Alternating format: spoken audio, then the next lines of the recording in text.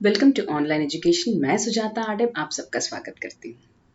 आज हम SSC board के कुमाल भारती 9वीं कक्षा में से 8वां पाठ करने वाले हैं, जिसका शीर्षक है हिरनी। हिरनी एक पूरक पठन है।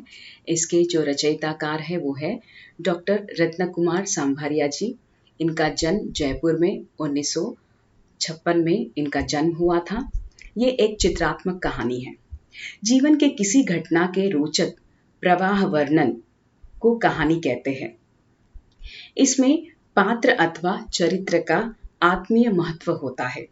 कहानी कहते या पढ़ते समय जब उस घटना प्रसंग का चित्र उभर आता है तो वह चित्रात्मक कहानी कहलाती है।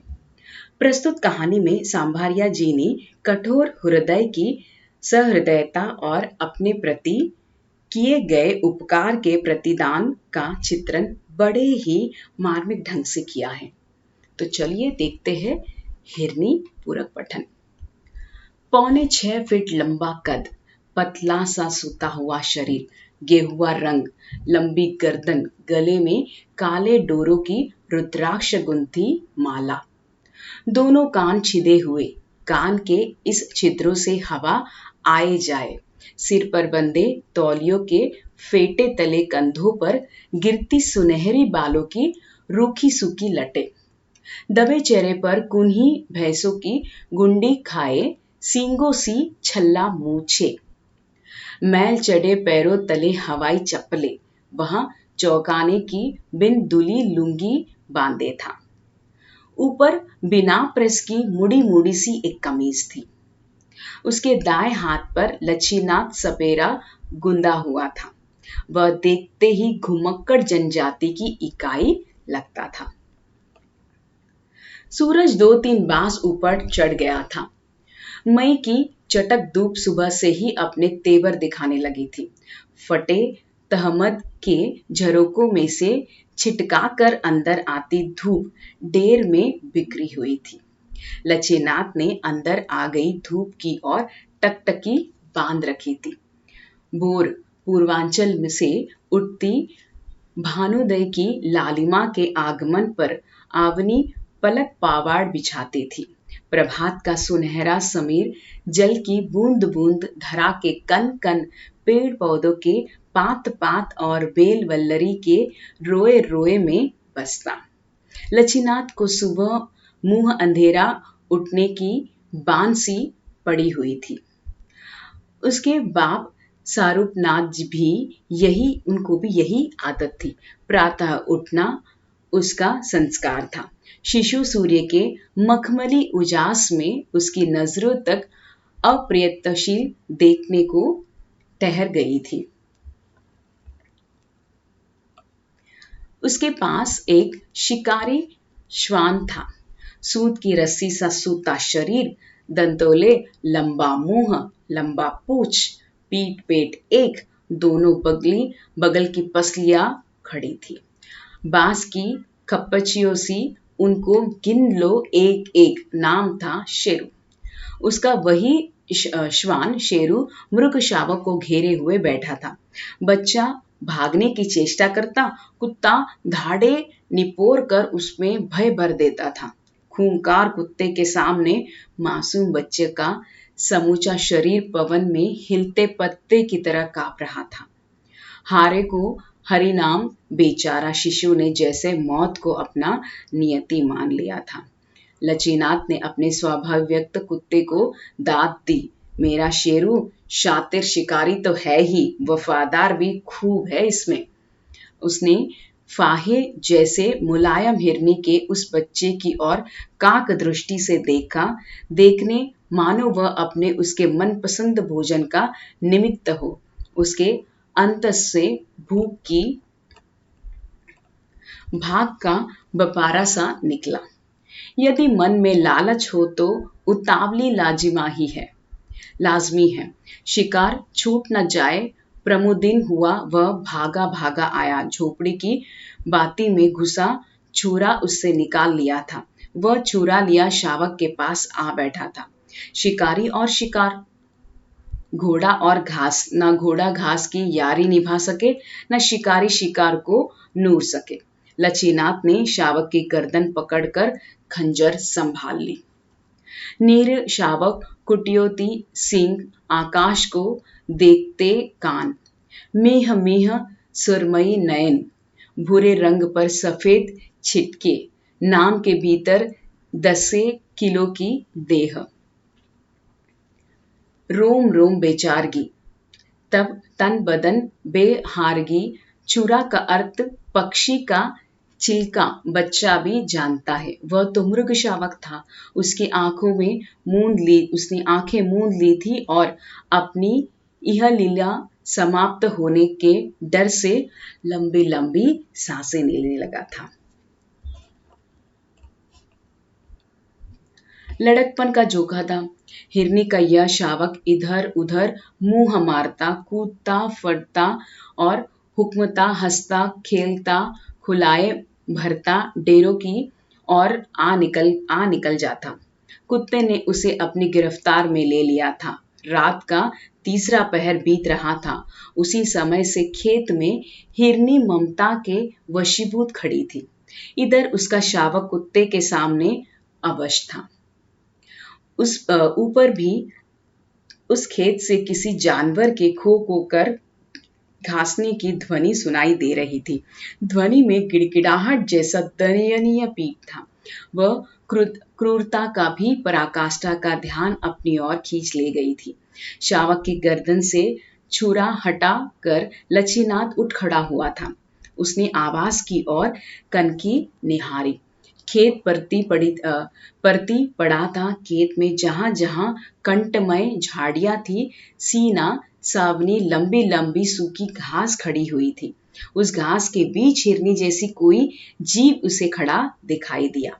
जब तक की सांस तब तक आस, हिरनी ने खो खो खो करते जैसे फिर आप की मानो कहती हो, यह बच्चा मेरा वंशा बेल है, इसे मत मारो, मैं ढलती उम्र में हूं, आप मेरा गला रेत ले।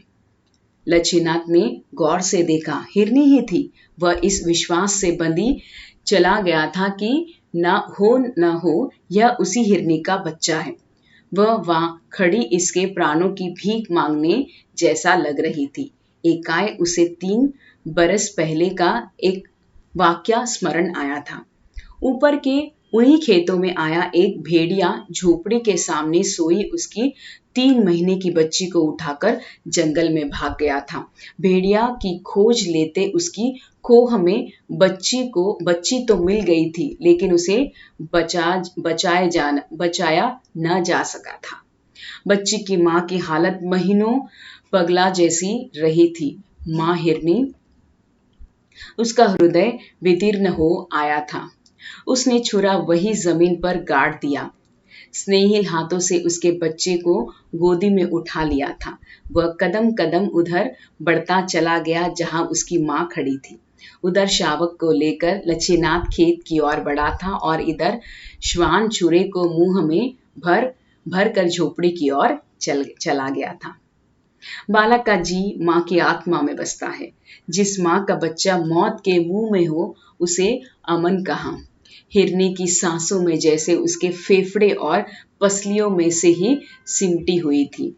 ममता की अदृश्य डोर से बंधी हिरनी वह आड़ी देख कर खड़ी हो गई थी। बच्चे को लेकर लच्छीनाथ खेत में पहुंच गया था। तृणसागर में खड़ी हिरनी कनौतिया उठाए एक सांस उधर ही देख रही थी। एकदम उदास, हताश, शौक संपत्ति सी क्लांगता, मानो वह शरीर ही नहीं स्थापित संगमरमर हो। अकस्मात लच्छीनाथ की निगाहें दूसरी ओर घूमी। वह सहम कर वह गया था। 5 श्रृंगालों को एक झुंड हिरनी से थोड़ी दूर बनाए खड़ा था। सियार यह उम्मीद बांधे थे कि मृत प्राय है हिरनी, उसकी सांसें टूट जाएगी और उनका भोग भक्षण होगा। लच्छीनाथ ने धीरे पांव पर धमक के साथ उन्होंने हटाकर दिया।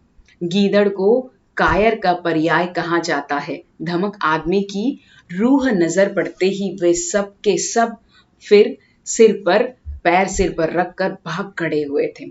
लचीनाथ ने बच्चे हिरनी के पास दौड़ लिया था। बूझते दीपक के तेल डालते ही उसकी लौ फिर प्रकाशमान होने लगी। शुद्ध बुद्ध खोई हिरनी में जैसे फिर जान ज्योति प्रज्वलित होने लगी थी। वह चैतन्य और चौकस हो गई थी। जंगल विहारिणी की आंखों से टप टप 2-3 बूंदें गिरी। सर्द आंसुओं में अब वेदना नहीं थी, खुशी का भाव झलक रहा था। हिरनी ने लचेनाथ की ओर देखा और देखा मानो वह कोई इंसान नहीं फरिश्ता हो। हिरनी के बच्चे को दूसरी ओर अपनी बगल में ले लिया था और वहीं खड़े रह गई थी। लचीनाथ को विस्मय हुआ। अपना टाबार पा जाने के बाद तो हिरनी को कुलाचे मारते यहाँ से भाग खड़े होना चाहिए था। यह तो खड़ी मेरी ओर ही लखे जाती है। जंगली जानवरों को भी अपनी बोली भाषा हकूक हुआ करते हैं। कई बार यही बातें उनके बीच झगड़े टंटों का हेतु बन जाया भी करता है। महीना पहले हरी घास की चूट की तनिक सी रार को लेकर 2 हिरनी आपस में भिड़ गई थी। सिंह सिंह क्रोध हर जीवन में दुबका होता है और मौका पाते ही वह सिंह से हो जाता है। दोनों हिरनियों ने एक दूसरे को मात देने के लिए अपनी जान फूंक दी थी। उस दिन की लड़ाई भिड़ाई में उस हिरनी के एक सिंह ने जहां छोड़ दी थी, सिंह का जड़ उखड़े पौधों की भांति किसी दिन हिलाता रहता था। 20-25 दिन बाद शॉन फिर जड़ पकड़ने लगता है। हिरनी ने आव देखा न ताव उस सिंह पर अपने खूर का तीखा प्रहार कर उसे तोड़ पटका था। सहृदय को नतीजे की ओर से इनाम। अपने शावक को साथ लिए वह उल्लासित मन उछलती कूदती छलांगे भरती घास झाड़ियों में अंतर्धन हो गई थी।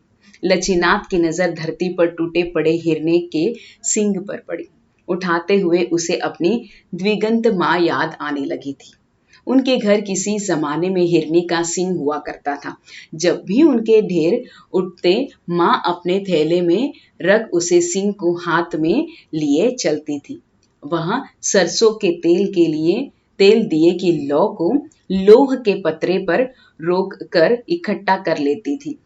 मधुमक्खी के छत्ते के भांति पतरे से लटकी कालिया कुरच व उसे कांसे के कटोरे में डाल हिरनी के उस सींग से घिस घिस कर काजल तैयार किया करती थी।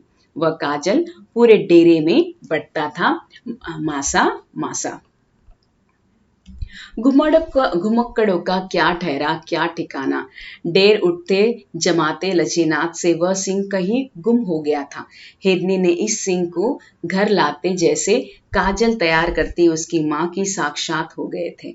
उनके माँ के विचार घुमड़ता अब वह इसी सिंह का घिसा काजल काम में लेगा। उसकी आंखें कम सूझती हैं, वस्तुएं पकड़ने के लिए दिक्कत होती है। इसके सींग को झोपड़े की भांति में कोस दिया गया था। कुत्ते के वह छुरा चौके में लाकर पटक दिया था। लचीनाथ ने चौके में पड़ा छुरा उठा लिया, दूर नाले में फेंक दिया था। तो इस तरह से ये हमारी कहानी है हिरनी, जो यहाँ पर खत्म हो गई। धन्यवाद।